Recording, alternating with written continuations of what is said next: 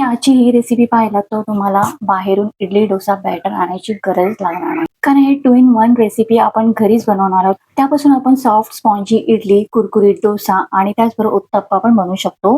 हे बॅटर आपण आठवडाभर जरी फ्रीजमध्ये ठेवला तरी वापरायला काही हरकत नाही. तर याचबरोबर आपण मद्रासीवाली शेंगदाणा आणि चणा डाळीची चटणी पण बनवणार आहोत. तर व्हिडिओ शेवटपर्यंत नक्की पहा. तर चला सुरुवात करूया.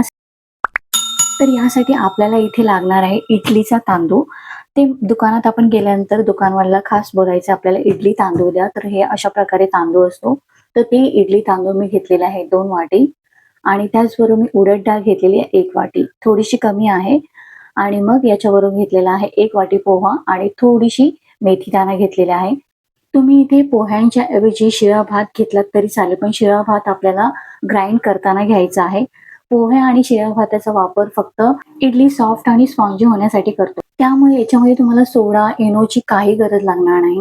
आता हे आपल्याला 3 ते 4 वेळा स्वच्छ धुवून घ्यायचं म्हणजे आपलं बॅटर एकदम व्हाईट होईल.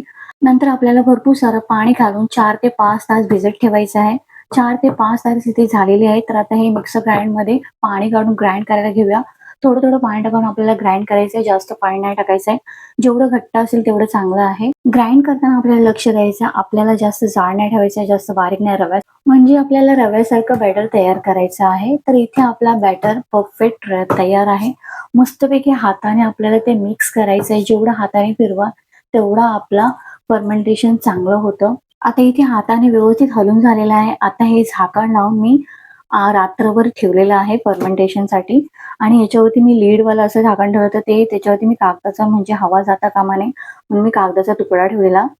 आता सकाळी उठल्यावर तुम्ही पाहू शकता बॅटर कसा मस्तपैकी तयार आहे आपला.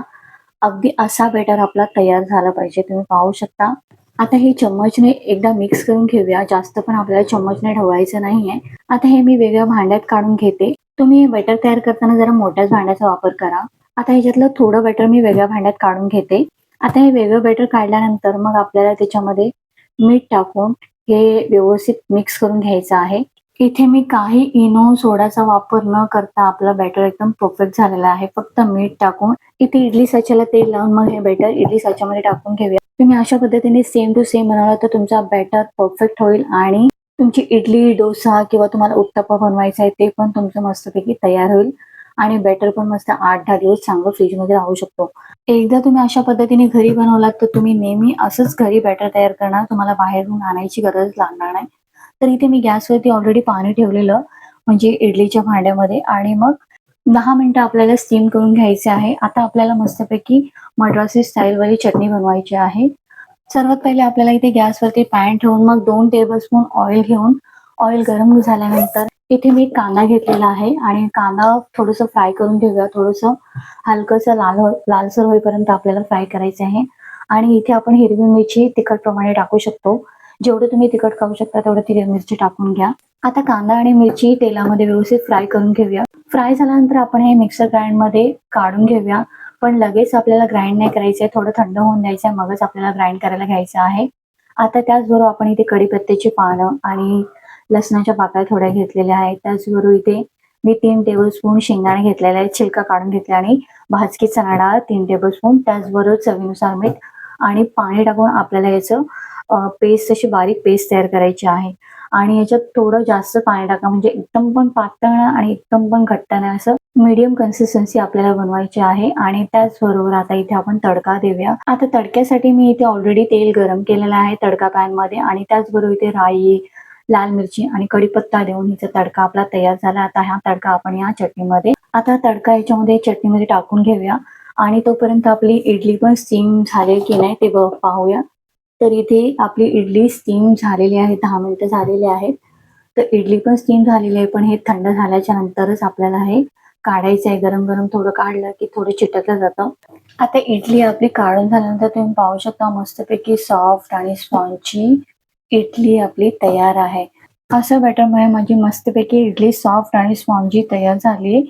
आणि त्याचबरोबर मी इथे जी चटणी तयार केलेली आहे ती चटणी आपण वेगळी अशी सर्व केली ना, त्या चटणीबरोबर फक्त ही इडली खाल्ली ना तर एवढी भारी चव लागते. तुम्ही ही चटणी आणि ही अशा पद्धतीने इडली तयार करून बघा, मस्त लागते. अगदी मद्रासी स्टाईलवाली चटणी आणि आपली इडली तयार होते. तर आता इडली आणि चटणी पण तयार झाली. आता आपण डोसा बनवूया. तर डोश्यासाठी मी इथे वेगळा बॅटर घेतलेला. तर त्या बॅटरमध्ये थोडंसं मीठ टाकून मग ते थोडंसं हलवून घेऊया आणि थोडंसं पाणी टाकायचं आहे. जास्त घट्ट घेतला तर आपला डोसा व्यवस्थित होणार नाही.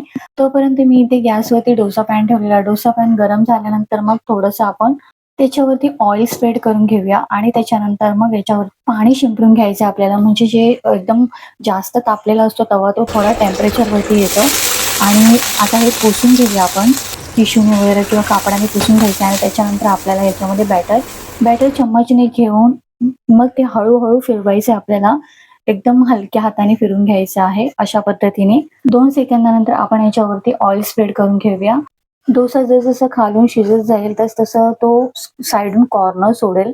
म्हणजे अशा पद्धतीने आपला खालून शिजला पाहिजे डोसा आणि साइडून ते कॉर्नर आपोआप सुटायला लागतात. असे साइडून कॉर्नर सुटले आणि खालून व्यवस्थित शिजलेला पण आहे आपला डोसा.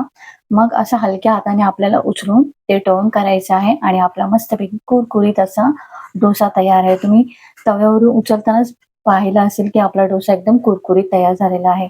तर आपली इथे इडली पण तयार आहे, डोसा पण तयार आहे आणि चटणी पण तयार आहे. मी त्याचबरोबर इथे सांबार पण बनवलेला. आता इथे मी तुम्हाला डोशाचा आवाज दाखवते म्हणजे तुम्हाला कळेल आपला डोसा कुरकुरीत झालेला आहे.